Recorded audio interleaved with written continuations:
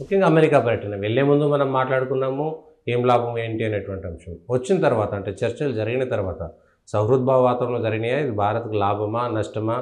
మోడీ వెళ్ళిన తర్వాత కూడా ఇష్టం ఉన్నట్టుగా టారిఫ్లు వేస్తే మోడీ పోయిన తర్వాత అంత విలువ ఉన్నది, మోడీ విలువ లేదు అనేటువంటి ఒక చర్చ వస్తుంది. దానికి ఏం సమాధానం చెప్పొచ్చు అంటారు?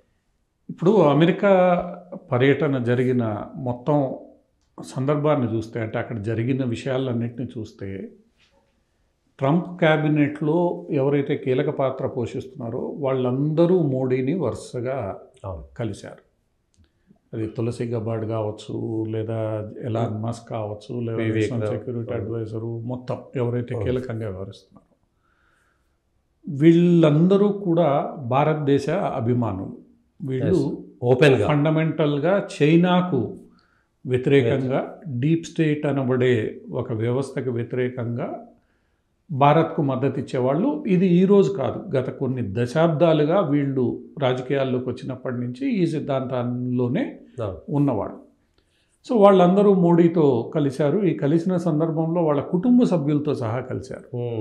అది ఎలాన్ మస్క్ కావచ్చు, తులసి గబార్డ్ కావచ్చు, లేదా ఉపాధ్యక్షుడిని ఆయన ఫ్రాన్స్లోనే కలిశాడు అప్పుడు కావచ్చు. సో అక్కడ కేవలం ఇదేదో అధికారిక సమావేశాల్లాగా కాకుండా ఇద్దరు కుటుంబ మిత్రుల మధ్య సమావేశాల్లాగా ఇవన్నీ సాగాయి. అది ఒక రకంగా ఈరోజు ట్రంప్ అడ్మినిస్ట్రేషన్కి భారతదేశానికి మధ్య ఉన్న ఒక మంచి అవినాభావ సంబంధాన్ని రాబోయే రోజుల్లో ఎలా ఉంటుంది అన్న సంకేతాన్ని మనకిస్తాం. అది అంతా అయిన తర్వాత ట్రంప్తో అధ్యక్ష భవనంలో నరేంద్ర మోడీ సమావేశమయ్యాడు. అక్కడ వరుసగా జరిగిన సంఘటనలు మనం చూస్తే, అధ్యక్షుడు స్వయంగా లాబీలోకి వచ్చి నరేంద్ర మోడీని లోపలికి తీసుకెళ్ళిన తర్వాత లోపలికి వెళ్ళిన తర్వాత గెస్ట్ బుక్లో ఏదైతే సంతకం చేసే క్రమంలో ఆయన స్వయంగా నిలబడి కుర్చీ సరిచేసి, కుర్చీ ఇది చేసి, అంటే మన ఇంటికి ఎవరైనా పెద్దవాళ్ళు వస్తే మనం ఎలా వ్యవహరిస్తామో అలా వ్యవహరించడం.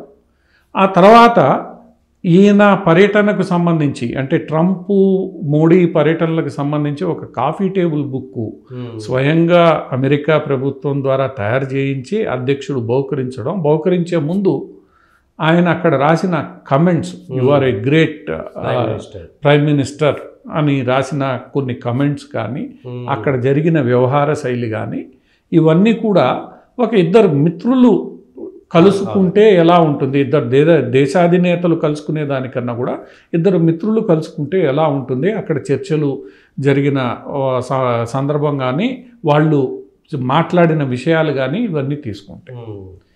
ఇప్పుడు ఇద్దరు మిత్రులు, ఇద్దరు కుటుంబ సభ్యులు కలిసినప్పుడు అన్ని విషయాలతో పాటు మిగతా విషయాలు కూడా స్పష్టంగా చర్చకు వస్తాయి.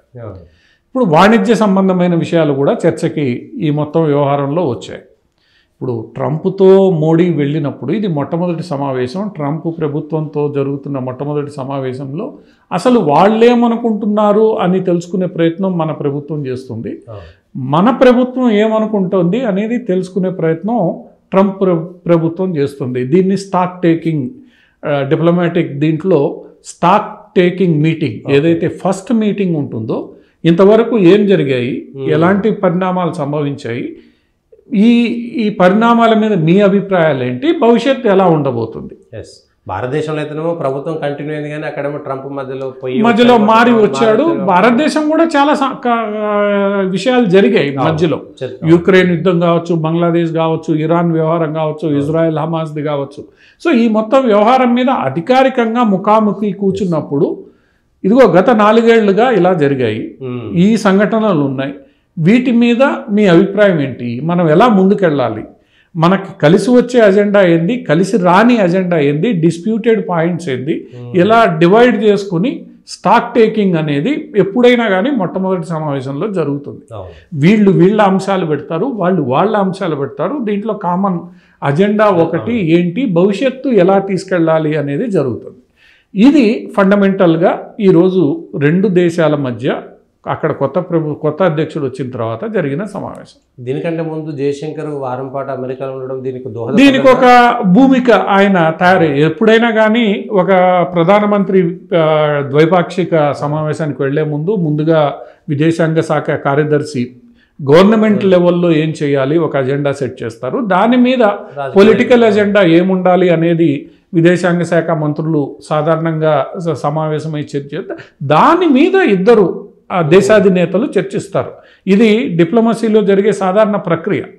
సో ఒక్కసారిగా వీళ్ళ ముందుకు అజెండా రాదు. అజెండా మొదట అధికారులతో తయారవుతుంది, తర్వాత రాజకీయ అజెండాగా మంత్రులు తయారు చేస్తారు. ఈ అజెండాని దేశాధినేతలు చర్చిస్తారు. సో ఈ చర్చల్లో భాగంగా అన్ని అంశాల మీద చర్చ వచ్చాయి. మనకి వాళ్ళిద్దరూ ప్రెస్ కాన్ఫరెన్స్లో ఏవైతే విషయాలు మాట్లాడారో అన్ని విషయాల మీద చర్చ వచ్చినట్లే అని మనకు అనిపిస్తుంది. అన్ని విషయాలు ఏంటి? ముందుగా ఇల్లీగల్ ఇమిగ్రేషన్. ఈరోజు అమెరికా భారత్ల మధ్య తీవ్ర స్థాయిలో చర్చించబడుతున్నారు. ఇల్లీగల్ ఇమిగ్రేషన్ను మనం కూడా యాక్సెప్ట్ చెయ్యము, మనము ప్రోత్సహించమన్న విషయాన్ని ప్రధానమంత్రి స్పష్టంగా చెప్పాడు. అయితే ఈ ఇల్లీగల్ ఇమిగ్రేషన్ ర్యాకెట్లని ఎవరైతే నిర్వహిస్తున్నారో వాళ్ళు మీ దేశంలో ఉన్నారు, మా దేశంలో ఉన్నారు, మేము క్రాక్ చేస్తాం, మీరు క్రాక్ చేయండి. దొంగలు, ఏజెంట్లు, ప్రోత్సహించే సంస్థలు, ఇప్పుడు ఖలిస్తాన్ తీవ్రవాదం మీద జరిపే ప్రోత్సహించే సంస్థలు కానీ వీళ్ళందరూ ఈ విశ్వవిద్యాలయాలు, ఈ కంపెనీలు, ఈ వ్యవస్థలు ఉన్నాయి. సో ఈ వ్యవస్థల్ని నువ్వు క్రాక్ డౌన్ చేయాలి, మేము క్రాక్ డౌన్ చేస్తాం. ఇది చేయకుండా నువ్వు ఇల్లీగల్ ఇమిగ్రేషన్ ఆపుతానంటే అయ్యే వ్యవహారం కాదు అన్న స్పష్టమైన విషయాన్ని ఈరోజు నరేంద్ర మోడీ గారు మాట్లాడారు. ఆ విషయాన్ని స్పష్టంగా చెప్పినట్లే. సో ఆ బాధ్యత ఇద్దరి మీద ఉంటుంది. నీ దేశంలోకి ఎవడో వస్తున్నా అంటే ఆపుకోలేకపోవడం నీ వైఫల్యం. నువ్వు కూడా జాగ్రత్తలు తీసుకోవాలి, మేము జాగ్రత్తలు తీసుకుంటాం. ఇది ఒకటి స్పష్టంగా మనకి రెండు దేశాల మధ్య ఒక అభిప్రాయానికి వచ్చిన అంశం.